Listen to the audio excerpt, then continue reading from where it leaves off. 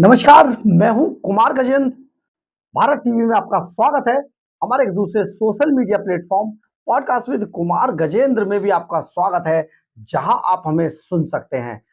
पूरी दुनिया के अंदर भीख का कटोरा लिए घूम रहा पाकिस्तान ब्रिक्स के सम्मेलन से भी खाली हाथ लौट आया।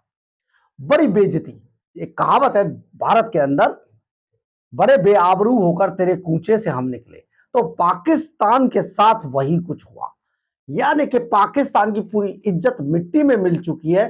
पूरी दुनिया में आतंकवाद के दम पर बड़ी बड़ी बातें करने वाला पाकिस्तान आज पूरी दुनिया में सबसे पीछे छूट चुका है। ना तो अपनों का साथ है और ना आतंकवादी अब पाकिस्तान को जीने दे रहे हैं।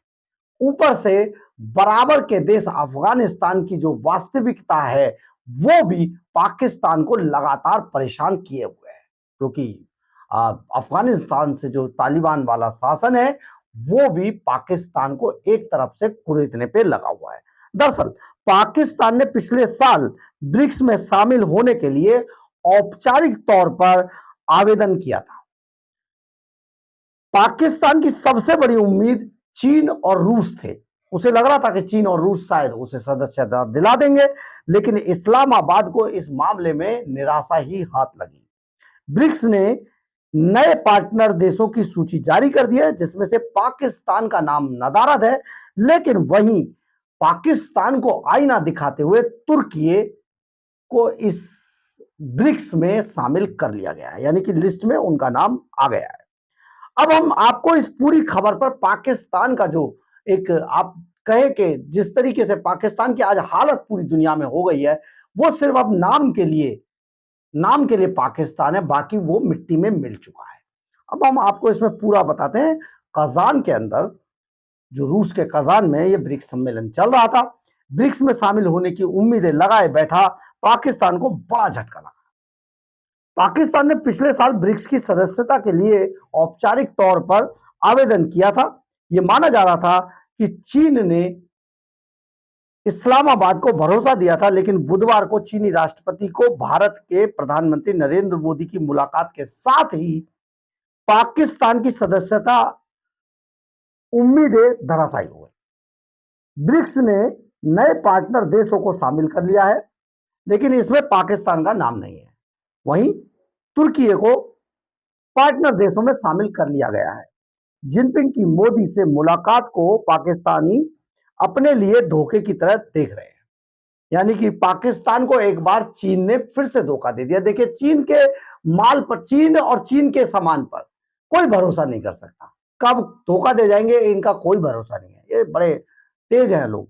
तो पाकिस्तान तो बेबात में उम्मीदें लगाए बैठा था, बड़ी बड़ी बातें कर रहा था पाकिस्तान, और हाथ में कटोरा लिए चीन के आगे भी कटोरा फैलाया हुआ था इसने। तो आखिर इसकी उम्मीदें कैसे पूरी होती? नहीं दी भीख तो नहीं दी।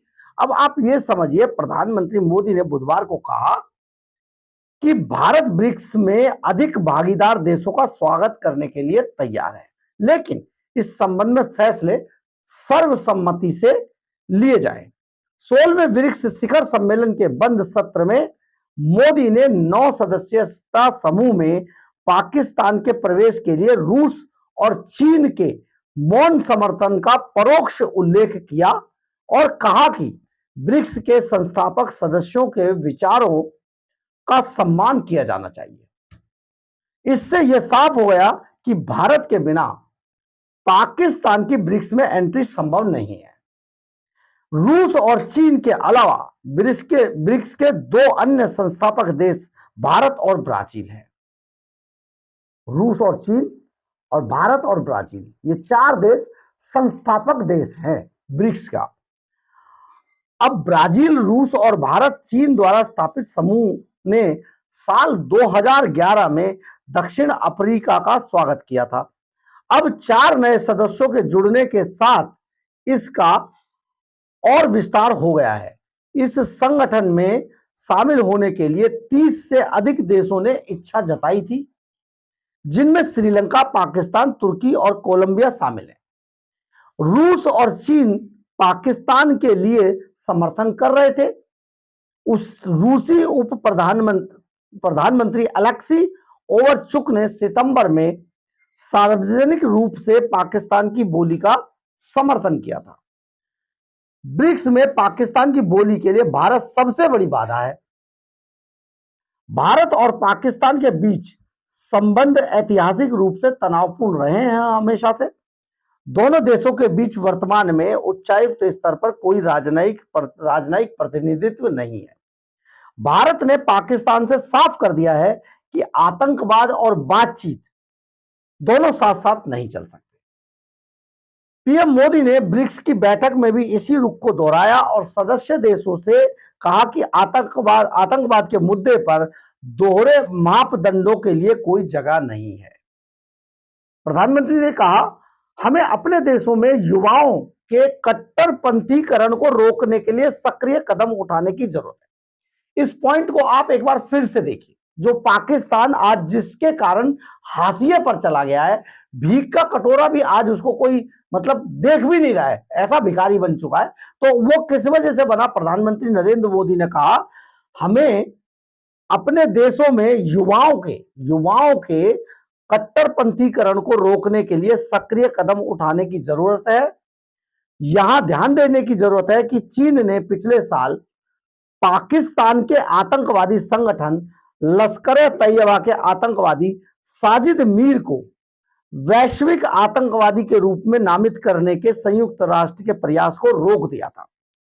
यानी कि चीन इसमें रोड़ा बना था और जो मीर है वो 26/11 के मुंबई आतंकवादी हमलों में वांछित था। इसके बाद चीन ने यह कुकर्म किया था। पाकिस्तान की उम्मीद थी कि भारत के विरोध के बावजूद रूस और चीन का समर्थन उनके लिए राह आसान कर देगा। देखिए क्या कितनी उम्मीदें लगाए बैठा था। कुछ मीडिया रिपोर्ट्स में यह दावा भी किया गया कि भारत ने पाकिस्तान की ब्रिक्स सदस्यता का समर्थन का मन बना लिया है। लेकिन बुधवार को जब पीएम मोदी और जिनपिंग आपस में जमी बर्फ पिघलाने के लिए साथ बैठे तो पाकिस्तान की उम्मीद भी धूमिल हो गई। पाकिस्तानी पत्रकार बाकिर सज्जाद ने एक्स पर लिखा, झूठे वादे और क्षणिक आशावाद ने पाकिस्तान को खाली हाथ छोड़ दिया है। इसे भू राजनीतिक वास्तविकताओं का गंभीर सबक बताया।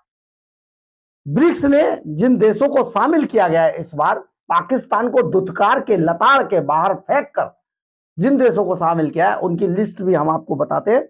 ब्रिक्स ने नए देशों में शामिल देशों की सूची जारी कर दी है। इसमें अल्जीरिया, नाइजीरिया, युगांडा,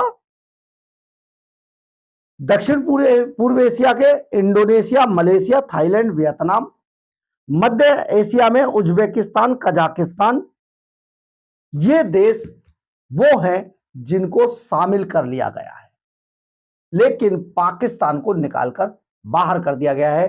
पाकिस्तान को चीन पर भरोसा करना एक बार फिर से भारी पड़ा है और पाकिस्तान पे सबसे ज्यादा भारी पड़ा है आतंकवादियों को पोषित करना, अपने यहां आतंकवाद को पालना, बढ़ावा देना, यह पाकिस्तान पर भारी पड़ा है। और यही कारण है कि आज पाकिस्तान ब्रिक्स से खाली हाथ लौट आया है।